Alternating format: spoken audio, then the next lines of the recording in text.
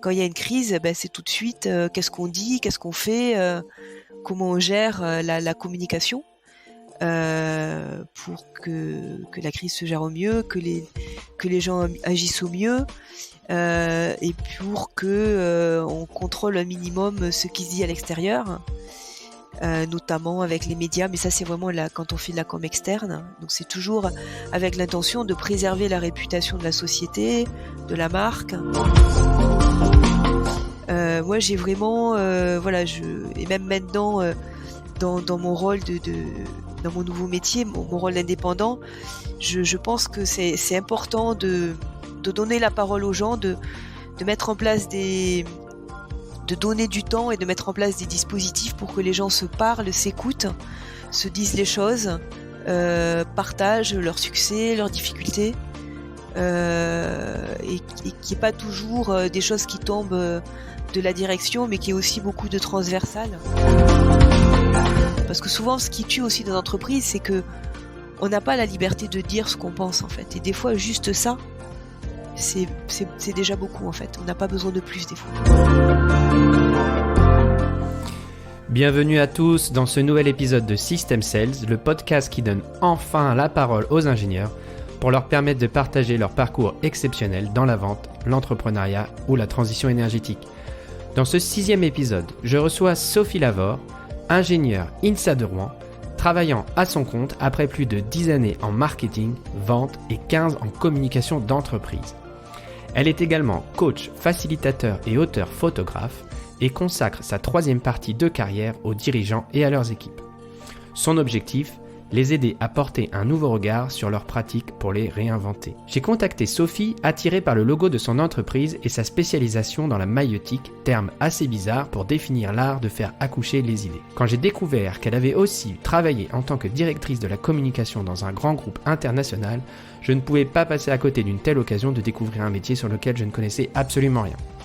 Vous allez voir que cet épisode est une vraie mine d'or, une mise à nu des difficultés rencontrées au sein des entreprises par les managers dans la gestion de leurs problématiques quotidiennes. Personnellement, en montant l'épisode, j'ai été absorbé par le contenu de nos échanges et la clairvoyance de Sophie.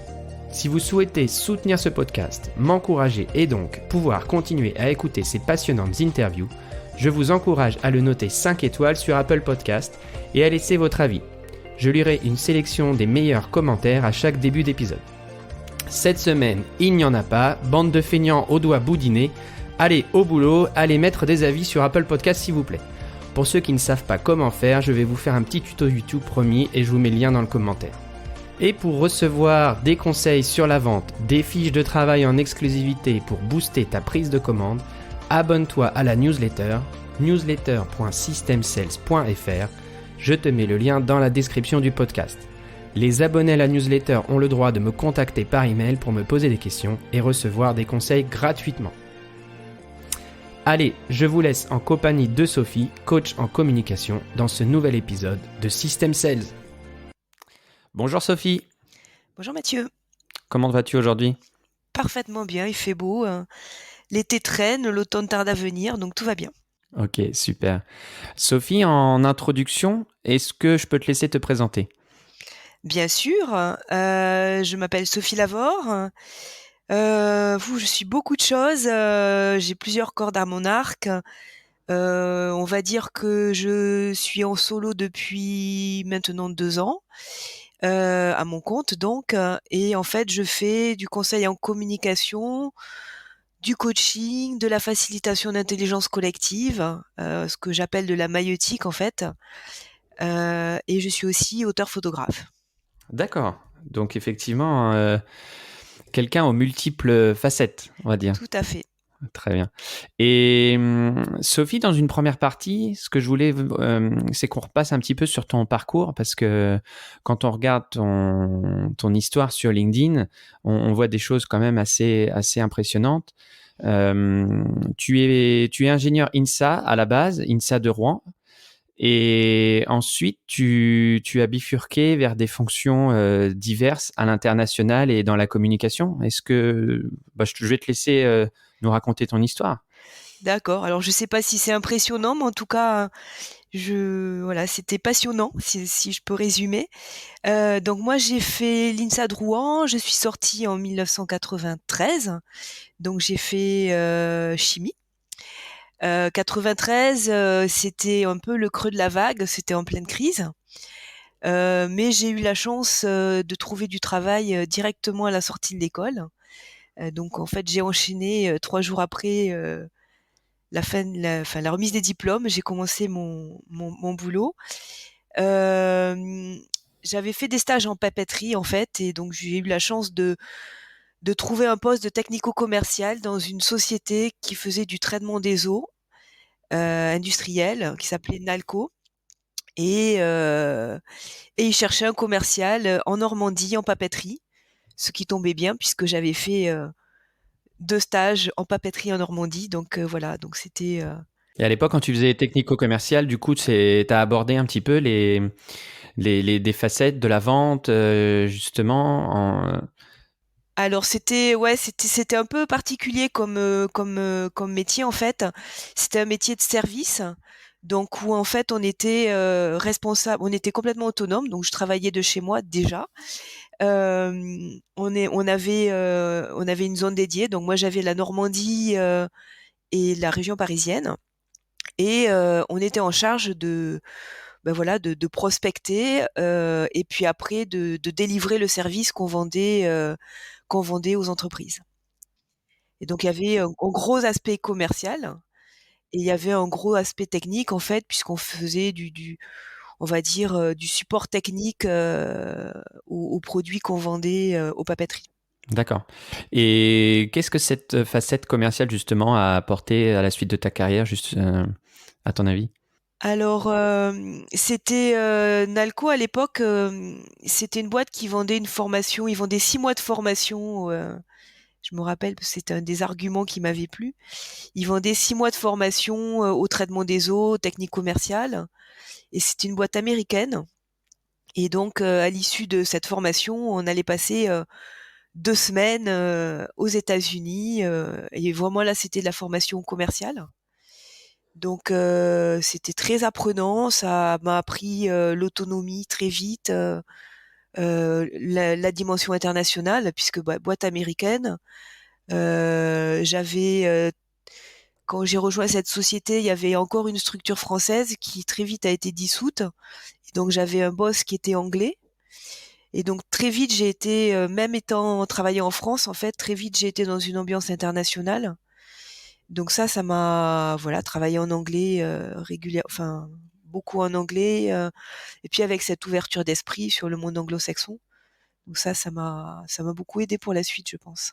D'accord. Et en 96, tu bascules sur une nouvelle fonction dans une nouvelle entreprise, responsable de zone export, et là, tu exploites complètement le terrain de jeu international, si j'ai bien compris. Ouais, tout à fait. En fait, cette première expérience, elle était très apprenante, mais c'était quand même un métier un petit peu particulier. Hem, En fait, donc j'étais technico-commerciale, donc j'étais responsable de mes clients, mais il y avait pas énormément de développement à faire puisque en fait, je travaillais en papeterie et que les papeteries quand même, ça se compte sur les doigts d'une main. Et donc du coup, j'avais beaucoup de services, sur site à faire, et mon quotidien, c'était quand même le bleu de travail avec, avec des analyses chimiques, mais aussi, la trousse à outils, puisqu'en fait, il fallait aussi que je fasse de la maintenance sur le matériel qui permettait, d'injecter les produits chimiques que je vendais. Donc en fait, c'était assez particulier, c'était chronophage, voilà, c'était, très apprenant, mais voilà, je me voyais pas faire tout ça, enfin faire ce travail, plus longtemps. Donc j'ai eu la chance de rejoindre, une société qui s'appelle Cepic, qui appartient au groupe Air Liquide et qui est à la marge en fait, par rapport au cœur d'activité d'Air Liquide, et qui fait des spécialités chimiques pour les industries. Donc c'est des marchés de niche. Et moi, mon premier job, en fait, j'étais dans le verre et un peu dans le papier. Et très vite, j'ai été responsable de zone export sur l'Europe. Et donc du coup, voilà, j'ai pu comment dire, j'avais des distributeurs dans les différents pays où on était, et donc j'ai pu animer ce réseau de distributeurs en même temps que avoir des clients en direct, notamment sur la France. Donc ça, c'était super apprenant. À 26 ans, se retrouver, on va dire, à coordonner un réseau de distributeurs, c'est vrai que c'était une belle expérience. Ouais, j'imagine. Et tu avais une préférence sur la zone géographique? Alors, je suis restée chez Cepic une dizaine d'années. Donc, au début, j'étais sur l'Europe, France-Europe. Après, j'ai pris des responsabilités en chef de marché, donc j'ai fait du marketing.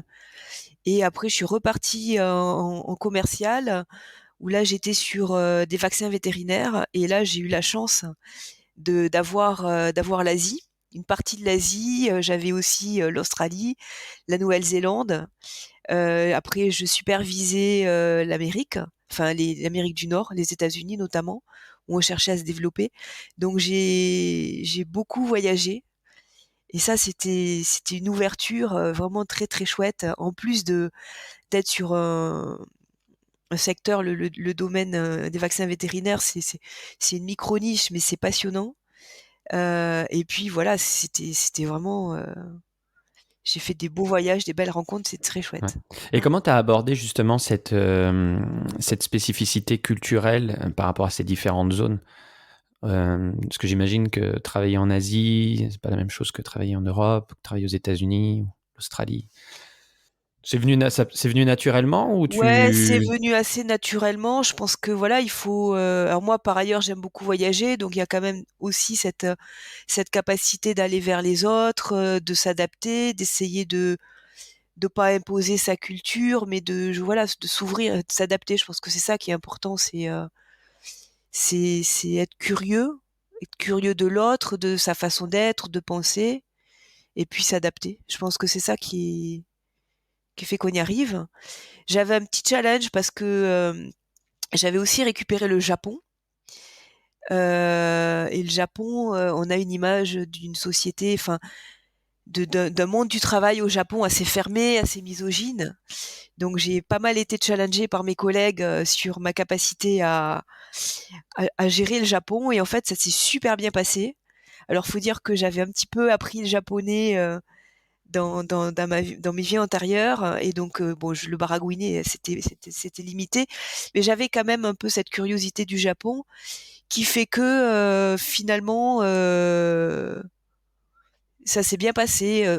C'était un métier assez technique en fait, et même si j'étais pas experte en vaccins et ni en animaux entre guillemets, j'étais pas vétérinaire, mais ça s'est très bien passé en fait avec les clients. C'était chouette. Oui, j'en discutais avec Arthur dans l'épisode précédent, justement, il a travaillé aussi au Japon, Mhm. et il me disait que dans le milieu professionnel, vis-à-vis des étrangers, finalement, ils sont très ouverts et très respectueux Ouais, tout à fait. des autres. Mm, Ouais, mm. ouais, c'est intéressant.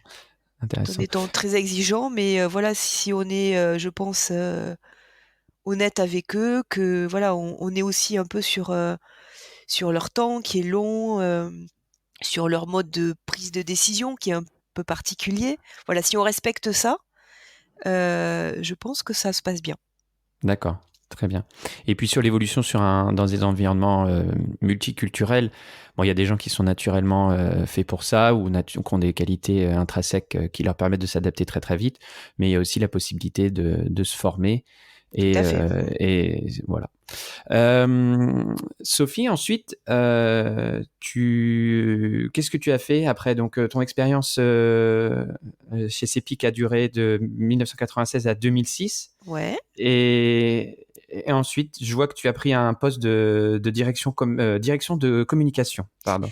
Oui, tout à fait. Donc, en fait, sur mes dernières années de CEPIC, en fait, j'avais, voilà, ça faisait 10 ans que je faisais ce métier. Je me posais des questions.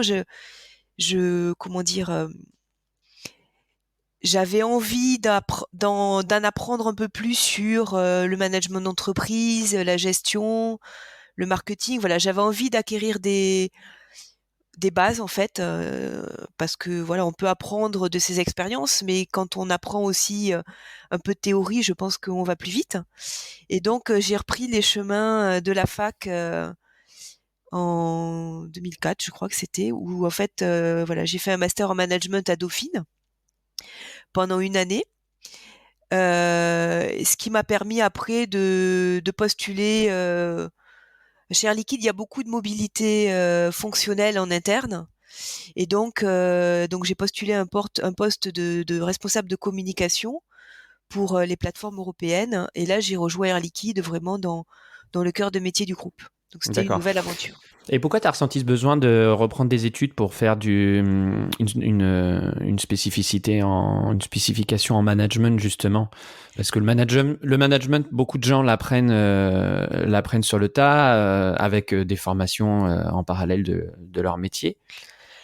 Alors en fait, moi, depuis le début, en fait, j'ai fait des études d'ingénieur, mais je voulais pas, enfin, la recherche ou vraiment les métiers très techniques, c'était pas mon truc. Moi, c'était plus sur pas forcément du commercial, mais j'avais fait de la qualité aussi en stage, donc c'était plus des métiers finalement de soft ou de management, de communication. Enfin, je saurais pas trop les définir, mais j'étais voilà plus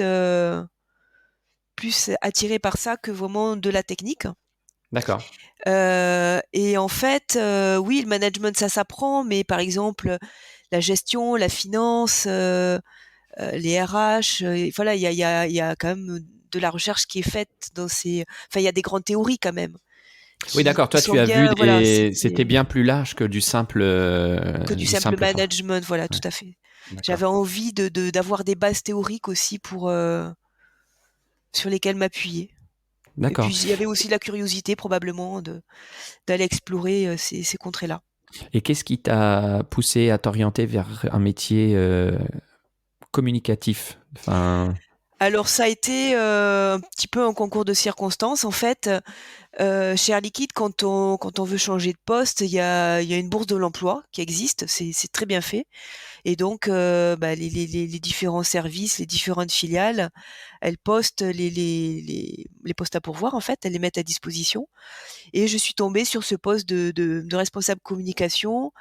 C'était pour les plateformes européennes. Donc en fait, c'était des services partagés d'Air Liquide. Euh, J'avais probablement une affinité avec la communication. Ça me permettait aussi de participer à un comité de direction, d'être membre d'un comité de direction, donc de voir un peu comment se diriger des entités, des départements. Donc c'est tout ça, j'imagine, qui m'a plu à ce moment-là. d'accord. Et tu peux nous expliquer un petit peu en quoi consiste le métier de directeur de communication? Parce que personnellement, je visualise pas du tout ce que c'est. Donc, ouais, ça serait intéressé, je pense plusieurs personnes qui nous écoutent, les milliers d'auditeurs qui nous écoutent seraient intéressés pour que tu nous expliques un petit peu en quoi Alors ce consiste ce métier métier. de communication, en fait, il est passionnant. C'est il est des fois un peu, c'est un peu comme c'est des métiers où on a l'impression que tout le monde sait faire de la communication, donc on voit pas l'expertise et la technicité que demande le métier, Mhm. parce que voilà, tout le monde sait faire des taglines, des logos, trouver des noms, voire faire des newsletters. Ça se résume souvent à ça, et c'est finalement beaucoup plus en fait. C'est un métier où on est quand même, alors ça dépend de la posture qu'on adopte, mais on est vraiment très en amont des choses. On est même au cœur des stratégies. Et c'est là où j'ai commencé à faire de la maïeutique entre guillemets, à savoir que pour qu'un projet, un produit soit bien communiqué, bah, il faut d'abord qu'il soit bien conçu. Et donc du coup, moi, tout de suite, j'ai eu une posture pas d'exécutante, c'est-à-dire que quand on venait me voir en me disant Sophie, j'ai besoin de faire une newsletter ou j'ai besoin d'un logo, ben, tout de suite je challengeais et j'essayais vraiment de comprendre quel était le besoin, l'intention, à qui on s'adressait, et pour trouver la meilleure solution à mettre en œuvre en fait. Mhm. Et qu'est-ce que tu as mentionné en introduction? Tu reviens de le mentionner, tu parles de maïeutique. Qu'est-ce que c'est exactement?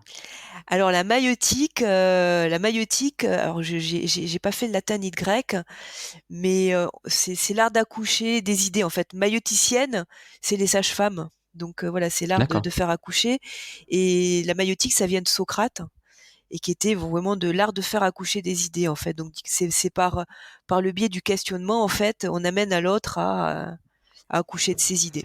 Ah, c'est Voilà. intéressant parce que là, on a une grosse passerelle avec le métier de commercial, De métier de justement. commercial, communicant, de coach, Ouais. voilà, tout s'assemble. D'accord. Et donc, par rapport à ça, tu nous disais que tu avais une façon particulière d'aborder les demandes de communication en interne, mais concrètement, une journée ou une semaine type d'un directeur de communication, pardon, des formations, une Heu, journée type d'un directeur de communication, une semaine type, pardon, ça alors consiste en quoi? il y a toujours une part d'imprévisible puisque en fait quand on est directeur de communication, ben on peut gérer des crises. Alors moi j'étais beaucoup en com interne, donc j'ai pas eu beaucoup de crises à gérer, mais il y a aussi une facette du métier qui est la gestion de crise, hein. C'est donc quand il y a une crise, ben c'est tout de suite, qu'est-ce qu'on dit? Qu'est-ce qu'on fait? Comment on gère, la communication?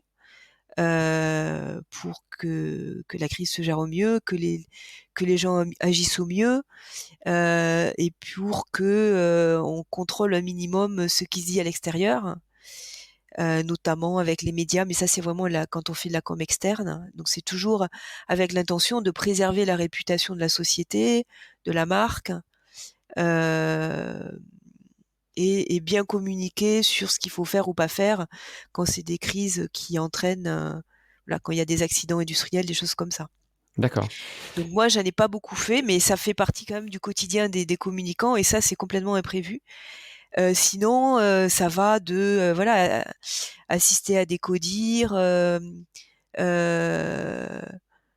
travailler avec, différents donneurs d'ordre, dans l'entreprise, que ce soit, on va dire, l'exécutif, les RH, les différentes fonctions qui ont toutes besoin finalement de communiquer vis-à-vis de leurs parties prenantes.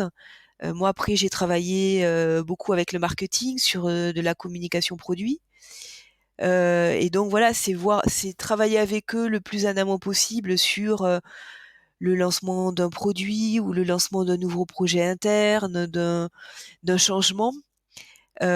Pour, voilà, pour s'assurer que que le projet, le produit, l'intention dès le début, en fait, il va être communicable par rapport à ce qu'on veut en faire pour, pouvoir, déjà ajuster les messages sur ce qu'on va dire et après commencer à faire le brief agence, en fait, pour, après, mandater des agences pour nous accompagner sur, vraiment, la réalisation d'un plan de communication quand c'est un projet en interne. Donc c'est, voilà, faire, des campagnes de posters, des vidéos, enfin voilà, après, des choses qui sont plus outils. Comment justement dans des grandes entreprises, comme Air Liquide ou d'autres, on voit parfois une distance, une déconnexion entre le top et la base justement. Donc il y a des grands projets qui sont décidés, des grandes campagnes de communication, avec des supports comme tu parles, posters, Mmh. visuels, vidéos et cetera. Mais comment tu obtiens l'adhésion de la base? Comment tu t'assures que le message passe, que tout le monde justement participe à ces projets-là? Alors moi j'ai un grand dada, ça s'appelle la communication managériale. Donc c'est comment comment on fait prendre conscience au management de proximité, comment on les accompagne, comment on les outille pour qu'ils aient ce rôle de «relais» entre guillemets, de traduction entre des grands axes stratégiques, qui viennent «du haut» entre guillemets et comment ils transforment ça en action et comment eux, ils entraînent leurs équipes, en fait. Et Donc ça comment c'est alors justement? Est-ce que tu peux nous donner des choses alors en un fait, peu plus concrètes? c'est vraiment les accompagner, déjà je pense qu'en tant que communicant, c'est être sur le terrain. C'est pas rester au siège, ou voilà, c'est vraiment sortir, aller sur le terrain, aller voir les gens, aller voir comment ils travaillent, aller les écouter. parce que c'est important après quand on conçoit des plans, des outils de connaître un petit peu cette réalité-là, justement pour pas être déconnecté après dans les dispositifs qu'on met en place. Et puis les managers, c'est aller au-delà des kits de com qu'on va leur donner pour qu'ils les déploient, mais c'est vraiment aussi être à leur écoute, les accompagner, regarder comment on peut les former aussi. Voilà, il y a beaucoup de choses à mettre en place pour que ça se fasse. Et puis aussi, c'est être capable aussi d'influencer entre guillemets euh, les directions en fait ben voilà, pour leur dégager du temps. Et puis que les directions aient aussi conscience qu'ils aient ce rôle-là pour qu'on accepte de les former et puis de leur donner du temps aussi pour qu'ils fassent ça en fait. C'est tout un ensemble en fait à sensibiliser. D'accord. Et justement, dans les grandes entreprises aussi, on voit que ce qui peut facilement gripper la machine, c'est le manque de communication en interne entre les gens, entre les services, entre les divisions. Euh, Quel est ton point de vue là-dessus et est-ce que tu as des méthodes, toi, que tu recommandes justement pour faire en sorte que Les au gens sein se de grandes parlent, hein. compagnies, les gens se parlent? Oui, tout à fait. Alors, moi, ce que je faisais, alors ça dépend après si on a des équipes, on va dire qui sont toutes sur le même site ou des équipes ou même des réseaux, puisqu'en fait j'animais aussi des réseaux de correspondants qui étaient un petit peu partout dans le monde. Donc je pense quand même que ce qui est important, c'est d'avoir des rendez-vous réguliers où on se parle et où on se rencontre. Moi, sur mon dernier poste, sur les équipes du siège, il y avait une centaine de personnes. Donc voilà, je faisais des pique-niques, on avait des réunions 2, 3 fois par an avec le directeur où il y avait un petit peu de top-down où voilà, on présentait les résultats, on donnait le cap. Et puis après, il y avait toujours un moment collaboratif où les gens s'échangeaient sur leurs différents projets. Moi, j'ai vraiment, voilà, et même maintenant, dans mon rôle dans mon nouveau métier, mon rôle d'indépendant, je pense que c'est important de donner la parole aux gens, de mettre en place de donner du temps et de mettre en place des dispositifs pour que les gens se parlent, s'écoutent, se disent les choses, partagent leurs succès, leurs difficultés, et qu'il n'y ait pas toujours des choses qui tombent de la direction, mais qu'il y ait aussi beaucoup de transversal. Ouais, je ne peux que être d'accord, mais en même temps, d'expérience concrète, malgré 2, 3 events, on va dire, de team building ou d'échange ou voilà, 1, 2, 3 pique-niques, on sait que les mauvaises habitudes reviennent au galop. Voilà, la question, c'est que comment garder cet esprit d'équipe, cet esprit communicatif, cet esprit d'ouverture entre les gens au quotidien. Je sais pas. Alors c'est pas facile parce que les entreprises, enfin de ce que moi j'ai vécu et de ce que je vois maintenant, c'est que il y a quand même une course voilà, c'est une course effrénée à la production, aux réunions, à la productivité. J'ai quand même l'impression que ouais, qu'il y en a beaucoup qui sont le nez dans le guidon, voire en apnée, et c'est ce que j'étais moi aussi, hein. C'est aussi un peu pour ça que j'ai voulu en sortir. Mais voilà, c'est un peu sans fin, j'ai l'impression toujours plus. Euh, et c'est important, je pense, de se réserver quand même dans son agenda des plages où on s'autorise, parce que c'est, je pense, une vraie autorisation. On s'autorise de faire des pas de côté, d'aller vers les gens, peut-être de sortir aussi de son entreprise pour aller voir des associations professionnelles ou d'aller dans les salons. Enfin, je pense que c'est important quand même de se donner ce temps-là. C'est jamais du temps perdu, mais c'est vrai que quand on est pris dans le tourbillon du faire, voilà, c'est souvent des moments qui sont mis de côté, et je pense que c'est important de les préserver.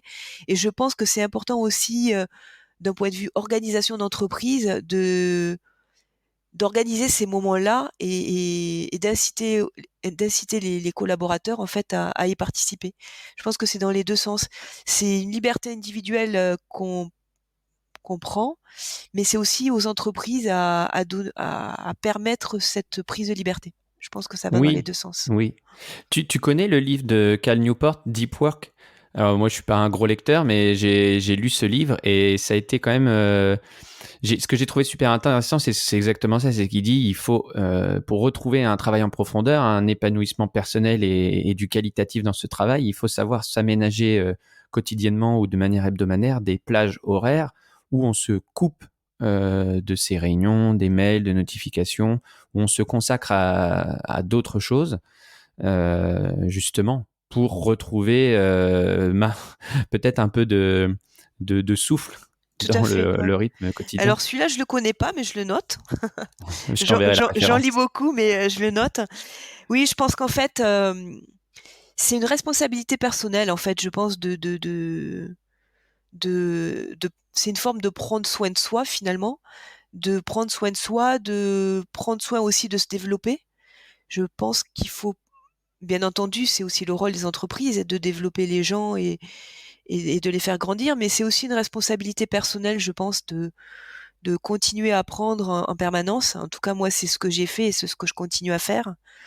Et, euh, et donc, voilà, c'est important ça prend du temps et de se réserver du temps pour ça. Je trouve que c'est fondamental. D'accord. Et toi, personnellement, tu pratiques des formes de temps, quand tu es sur du temps pour toi, tu pratiques des formes de méditation, d'activité respiratoire ou des choses qui ont un peu similaires, je sais pas, yoga, Oui, oui, en fait, moi, je médite tous les matins.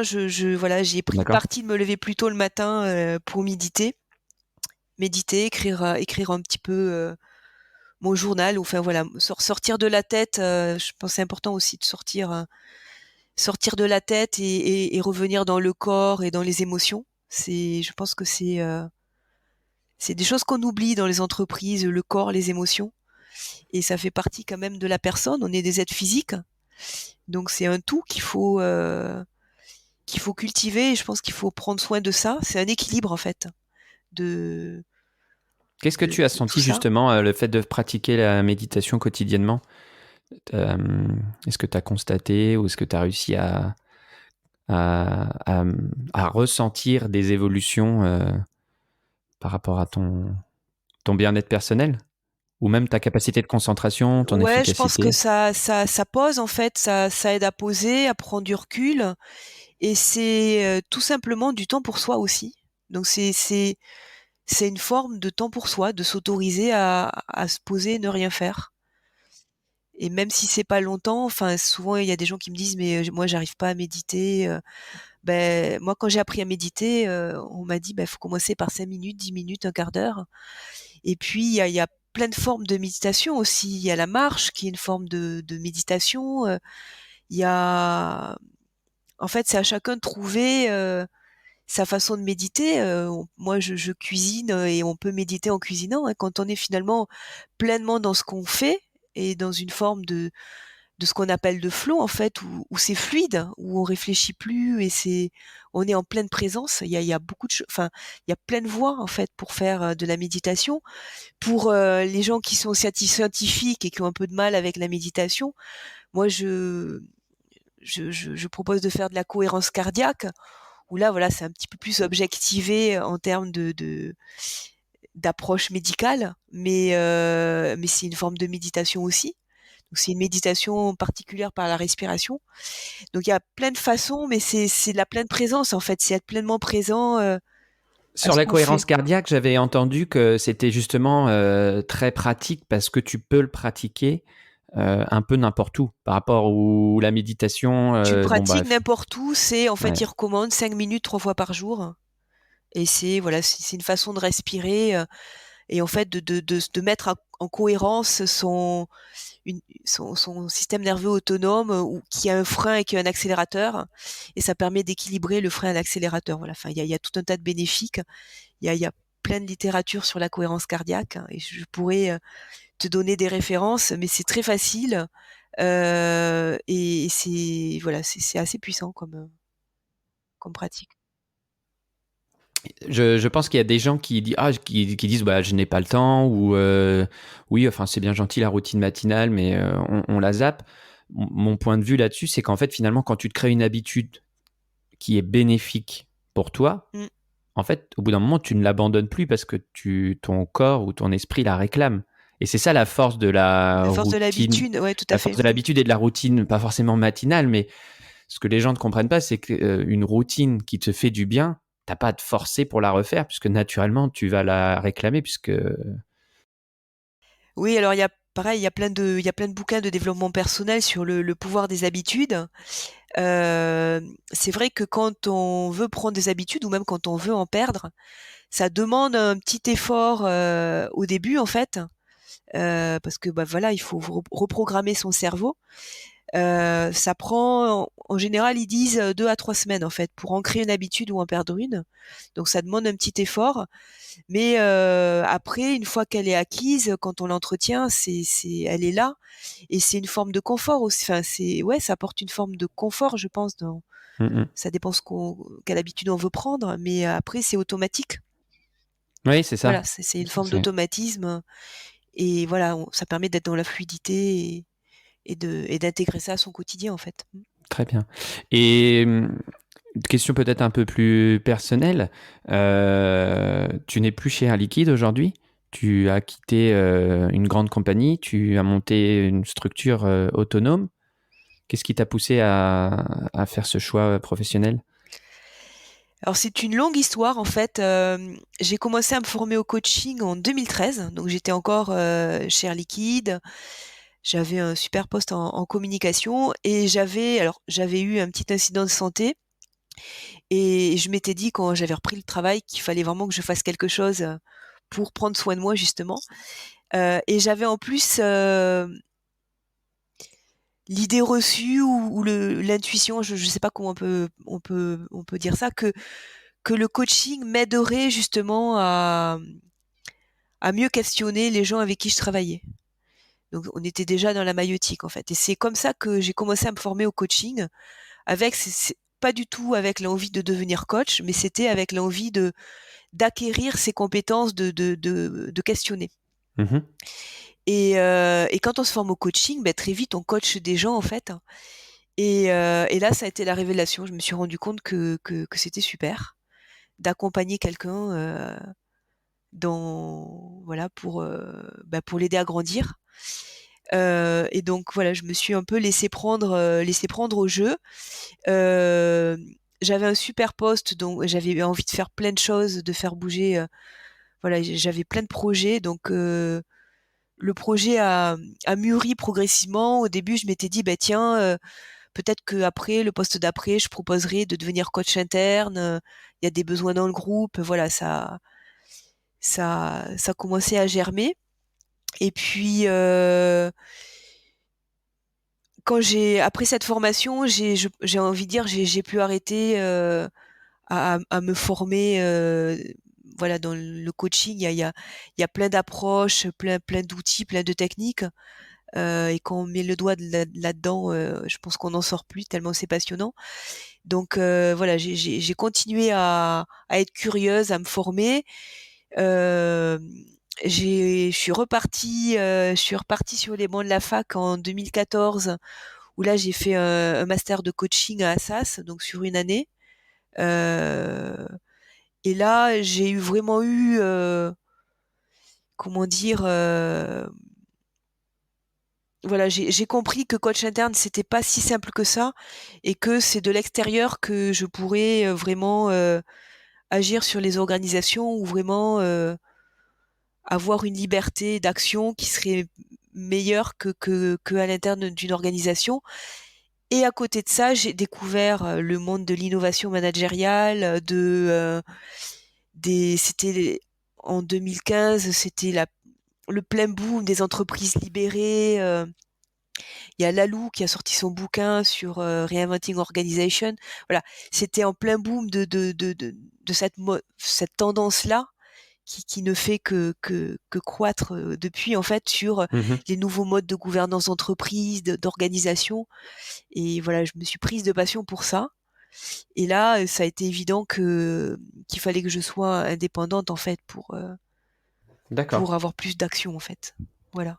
J'enregistrerai un épisode sur les entreprises libérées justement prochainement. Mais quand tu animes des ateliers en entreprise ou avec des personnes, comment tu t'assures qu'il y a un suivi? Parce que le problème des formations ou des ateliers, c'est que tu vois des choses super intéressantes qui t'éveillent sur des sujets ou qui te donnent des bonnes pratiques.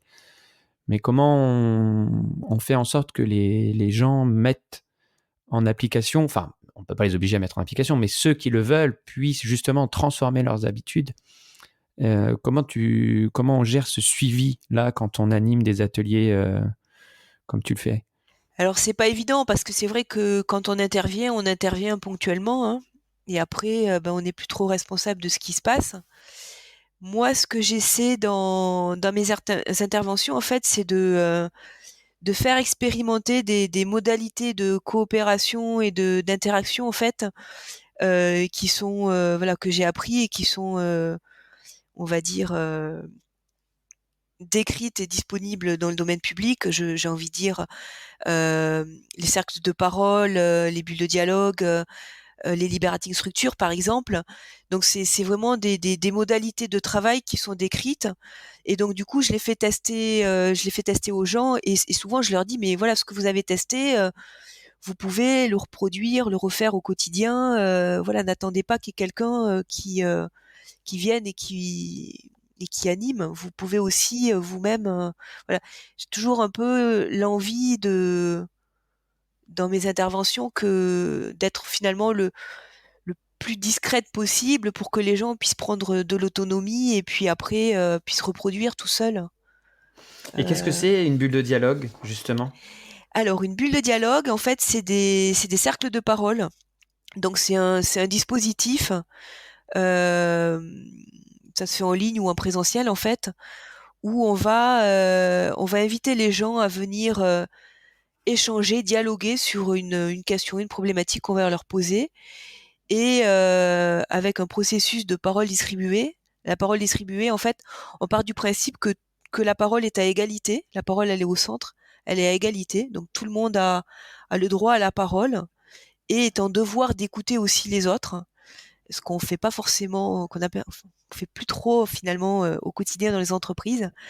Et donc c'est un processus qui «rééduque» entre guillemets, sur, j'ai quelque chose à dire sur un sujet, donc j'ai mon temps de parole, donc je dis ce que j'ai à dire.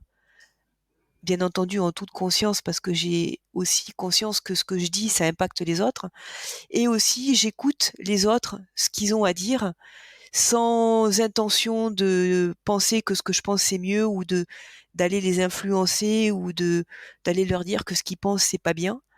Mais c'est justement se nourrir de la pensée différente pour peut-être, et faire évoluer ma pensée ou conforter ma pensée, mais au moins c'est d'aller chercher à comprendre pourquoi l'autre pense différemment. Et je et je pense que ça, dans une entreprise, c'est super ou dans toute forme d'organisation, en fait, c'est précieux parce que ça sort justement de la «pensée unique» entre guillemets, qu'on Ouais. voudrait nous faire des fois, entendre. Ça remet du libre arbitre, ça te redonne de la liberté d'action aussi aux gens parce qu'ils se sont exprimés, ils se sont nourris de la pensée des autres et ça les aide des fois à s'autoriser à faire des petites choses. Voilà, ça. Et à quelle fréquence tu suggères de le faire au quotidien si je suis manager d'une équipe de 5, 10, d'un département de 50 personnes? Sur quelle taille de groupe? Quelle fréquence? J'ai envie de dire, en fait, ça devrait devenir, un peu une forme d'interaction un peu, au quotidien. C'est comme on respire, en fait, on réapprend à dialoguer, à écouter, à s'exprimer, à s'autoriser à dire ce qu'on a besoin de dire, parce que c'est aussi voilà, des fois on n'ose pas parce qu'on pense que dans la mesure où c'est dit avec intention et il y a pas d'intention de nuire, mais qu'il y a une intention, de de faire au mieux pour «faire bien» entre guillemets, je pense que c'est important. Comme c'est important de prendre le temps d'écouter les autres, de chercher à comprendre, pourquoi ils pensent ça. J'ai envie de dire, ça se pratique au quotidien. Et après, de le faire de façon plus organisée, j'ai envie de dire, c'est en fonction de ce qu'on a besoin de faire. C'est peut-être bien de le faire, voilà, de l'organiser de façon euh, plus organisée, peut-être une fois par trimestre ou une fois par an. Ou Et ouais, j'avais entendu des conseils de management justement où il fallait, je sais plus, sur une fois par mois, par trimestre, justement réunir l'équipe et dire voilà, là c'est Oui, le temps de lâchage complet, tout ce qui va pas, on le met sur la table, mais de forcer ce temps de ce temps où chacun vide un peu son sac ou voilà, ou met sur la table. après c'est aussi comment on envisage les réunions d'équipe en fait. Qu'est-ce qu'on y voit dedans? Donc il y a toujours il y a toujours un peu de temps un peu top down entre guillemets où on partage justement, le manager va partager des informations qui viennent de plus haut que lui. Donc c'est quand même toujours donner des informations sur le cap à suivre, les objectifs, faire de la pédagogie aussi. Pourquoi l'entreprise décide de mener ce grand projet ou a pris cette décision-là. Donc il y a une partie un peu top-down de pédagogie. Il y a une partie de partage de performances ou de résultats de chacun, de là où on en est de ces projets. Et puis après, il y a une partie probablement de réflexivité entre guillemets de l'équipe. C'est comment on travaille ensemble, comment on veut travailler ensemble, comment on veut mieux travailler ensemble, qui est souvent oubliée en fait dans les équipes et qui est importante quand même de se reposer des questions de ces temps de réunion, qu'est-ce qu'on veut en faire et Ouais, pourquoi. je suis complètement d'accord avec toi. Et là, je te parle c'est du vécu. La plupart du temps, quand tu dis aux gens, allez, hop, la parole à chacun, déjà, c'est très rare que les gens en parlent. Ensuite, il y a des gens que tu n'entends jamais. Comment tu fais participer ces gens que tu n'entends jamais, qui n'expriment jamais leur voix et tu as envie de les entendre. Je suppose que c'est des personnes qui sont en capacité d'apporter des idées tout aussi constructives et importantes à l'entreprise, justement. Mais il y a des gens voilà, qui sont pas sur ce mode de communication-là et en réunion, tu as beau faire des temps d'échange, déjà, les gens participent pas. Deux, les gens, entre guillemets, ultra timides, eux, tu les entends jamais. Donc, comment tu favorises ou tu développes ces capacités de... Alors après, j'ai envie de dire, il y a un gros travail qui est fait au niveau du manager en fait, et ça fait partie des formations, enfin d'un des volets de formation au management qu'on peut apprendre. C'est comment, quand je suis manager, justement, je m'assure que chacun a la parole, je modère ceux qui prennent le plus la parole et je favorise ceux qui sont plus discrets à la prendre. Donc il y a la posture du manager qui fait beaucoup et il y a aussi la possibilité, alors là je vais vendre ma sauce entre guillemets, de faire appel de temps en temps à des facilitateurs externes euh, qui vont aider le manager à, à apporter un peu ces temps d'échange où finalement le manager va se mettre au même niveau que son équipe et dans un exercice de s'écouter, s'exprimer tous. Et c'est vrai que parfois faire appel à un facilitateur peut permettre ça. Mais j'ai envie de dire, ça vient aussi beaucoup du manager et de la façon dont il envisage son équipe Oui, mais et son oui, fonctionnement d'équipe. oui, c'est très juste. Mais encore une fois, je pense qu'il y a des managers, les jeunes managers aujourd'hui commencent à être un peu plus éveillés sur ces sujets-là. Mm. Enfin, j'espère. Mais bon, bah, c'est exactement ce que tu dis. Sans eux-mêmes être suivis de façon régulière, sans Mm. avoir accès à des coachs ou une formation continue, bah voilà, tu te heurtes à la réalité du terrain. Et comme je te dis, je pense qu'il y a des gens, voilà, tu as des personnes avec des caractères très refermés et voilà, leur donner un espace de parole, c'est bien. Mais comme tu dis, il faut peut-être créer un espace de confiance et ça prend peut-être beaucoup de temps. Ouais, je pense qu'après, voilà, si on agit au niveau de manager, en fait, il y a vraiment ben, déjà une prise de conscience enfin, les éveiller ou leur montrer qu'il y a plein de façons de faire, d'animer des équipes. Donc c'est de la formation, c'est de la sensibilisation. C'est aussi leur responsabilité finalement d'aller s'ouvrir si leur entreprise leur permet pas cette formation, c'est d'aller s'ouvrir et d'aller se former à l'extérieur ou d'aller dans des assos professionnels ou dans des ou avec des pairs en fait pour se nourrir de ces pratiques-là. Donc c'est un peu leur responsabilité, c'est la responsabilité de l'entreprise aussi de leur apprendre ça. Mais il y a du travail. Mais j'aime beaucoup l'idée de pouvoir échanger avec des pairs Ouais. de plein d'horizons, peut-être regroupés au sein d'associations ou Mmh.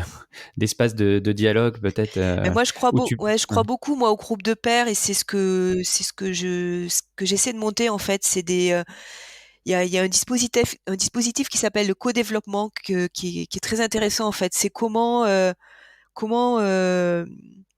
j'apprends ensemble du groupe et j'ai des moments de réflectivité sur ma pratique, ma façon de faire et comment je me nourris de l'expérience des autres, du regard des autres qui va finalement être un nouveau regard sur comment je fais et qui va me permettre de me questionner. Et qui va me permettre du coup de me questionner, de m'ajuster, de grandir. Et le co-développement pour ça, c'est assez magique. Donc c'est de l'accompagnement. Alors il y a en général avec un facilitateur, mais c'est comment c'est l'accompagnement de groupe en fait. Donc ça c'est ce que j'appelle moi les groupes de pairs. Donc il y a le processus de co-développement, mais il y a aussi les cercles de parole. Enfin il y a tout un tas d'outils qui aident à faire ça. Et moi je crois beaucoup voilà à ces groupes de pairs en fait où on va prendre 6-8 managers sur par exemple une durée d'un an. Ils vont se voir tous les mois ou tous les 2 mois et ils vont vraiment, on va dire, s'autoriser à se prendre 2 heures, une demi-journée dans leur agenda où ils vont consacrer du temps pour eux, pour se questionner sur leurs pratiques, apprendre à demander de l'aide à des pairs et apprendre à aussi aider des pairs. Voilà, et ça, je pense que c'est super vertueux. En tout cas, moi, c'est ce que je m'attache à faire entre guillemets. Ah, mais voilà, moi je te rejoins complètement là-dessus. Je trouve ça brillant. C'est d'autoriser, même au sein d'une entreprise Ouais, ou après, quand les entreprises le permettent pas, des temps d'échange où tu parles pas de travail, mais tu parles justement de ta pratique, de, de toi, de tes ouais, aspirations, c'est ça. tes questionnements, tes échecs aussi. C'est pas simple en fait quand on est manager, de parler de ses échecs et de se questionner, voilà, comment j'aurais pu faire autrement, et puis juste des fois poser ça. Et c'est vrai qu'arriver à le faire avec des pairs, dans un comment dire? Avec de la bienveillance en fait, où il y a pas forcément du jugement, mais il y a vraiment la volonté de s'entraider, je pense que c'est précieux. Mm. Ouais, tout à fait. Je pense qu'en tant que manager, on a tendance à s'isoler et Ouais, on parle de à solitude du se. manager, alors à un certain niveau, Ouais. ouais. Mmh. Et puis on l'a vu avec la crise Covid, hein, il y a, à part peut-être des compagnies très éclairées ou des petites structures, les managers ont été livrés à eux-mêmes pour gérer ce surplus de charges et cette organisation. Et C'était. j'ai eu l'occasion de faire des cercles de parole justement avec des managers et ils étaient super contents d'avoir ce temps d'échange entre managers pour se rendre compte que, ils avaient vachement pris soin de leurs équipes, mais qu'en fait, ils avaient pas beaucoup pris soin d'eux ou on n'avait pas pris soin d'eux et de se retrouver entre managers, de se rendre compte que, qu'ils avaient tous vécu la même chose, qu'ils avaient tous fait au mieux, de plus être seuls en fait. Je pense que ça leur a fait vachement bien et c'est vrai que dans les organisations aussi, permettre ces moments qui vont faire du bien aux gens, c'est pas du luxe, c'est pas du superflu. Je pense que ça peut être que bénéfique. Ça peut être que bénéfique, mais comme c'est pas naturel, il faut en avoir conscience et l'organiser Ouais. pour. Et c'est vrai que quand j'en parle avec les DRH, ils osent pas trop. C'est des fois considéré un peu comme du luxe entre guillemets, alors que ça n'est pas. Je pense que ça contribue vraiment à l'efficacité. Ouais, mais et pourquoi ils considèrent que c'est du luxe? C'est parce que je pense qu'il n'y a aucune remontée euh, du terrain des gens. Enfin, soit ils prennent pas l'information et ils prennent pas conscience parfois de la détresse de leurs équipes de managers où les gens n'expriment pas, justement, ne se sentent pas assez en confiance pour exprimer à un moment donné leurs difficultés. Oui, il y a de ça, et il y a aussi une certaine peur peur d'une certaine forme de lâcher prise, c'est-à-dire, oh là là, si je donne la parole aux gens, par exemple sur des managers, quand je les invite en leur disant, ben voilà, gestion de la crise, et moi, moi manager, comment je me sens avec ça. Bon, ben ça fait parler la tête, mais ça fait aussi quand même parler vachement les émotions et le cœur. Et il y a peut-être, j'imagine, qu'est-ce qui va sortir de ces conversations-là? Il y a une forme de peur quand même. Quelles vont être les revendications? Et moi, en tant que DRH, comment je vais gérer ça? Alors que les processus comme les bulles de dialogue, les cercles de parole, quand elles sont bien animées, et que le cadre est bien posé, en fait, on arrive quand même à avoir une parole constructive et réparatrice, et pas qui part dans tous les sens et sur des revendications. Enfin voilà, ça reste contrôlé, mais au moins les gens, ils déposent la parole, ils disent. Parce que souvent, ce qui tue aussi dans l'entreprise, c'est que on n'a pas la liberté de dire ce qu'on pense, en fait. Et des fois, juste ça, c'est déjà beaucoup, en fait. On n'a pas besoin de plus, des fois. Bon, bah écoute Sophie, Je parle beaucoup. non, mais ce sera le mot de la fin, mais je pense que c'est un des messages les plus percutants qu'on a eu. Mais en tout cas, voilà, j'espère que ça pourrait être utile, ce que j'avais à dire. Ouais, non, mais c'est l'isolement, le sentiment d'isolement des managers, c'est un sujet qui est pas souvent abordé, et ça mériterait d'être traité peut-être plus en détail. Écoute Sophie, je te remercie pour cet échange très riche, Merci à toi. et à bientôt. À bientôt, et plein de succès pour ton podcast, et puis pour la suite. Merci beaucoup Sophie, au revoir. Merci, au revoir Mathieu. Et voilà, cet épisode est terminé. J'espère qu'il vous a plu. En attendant, si c'est le cas, n'oubliez pas de laisser un avis sur Apple Podcast et de vous abonner à la newsletter newsletter.systemsales.fr pour booster votre prise de commande et recevoir des news en exclusivité. Je vous dis à dans 2 semaines, à bientôt.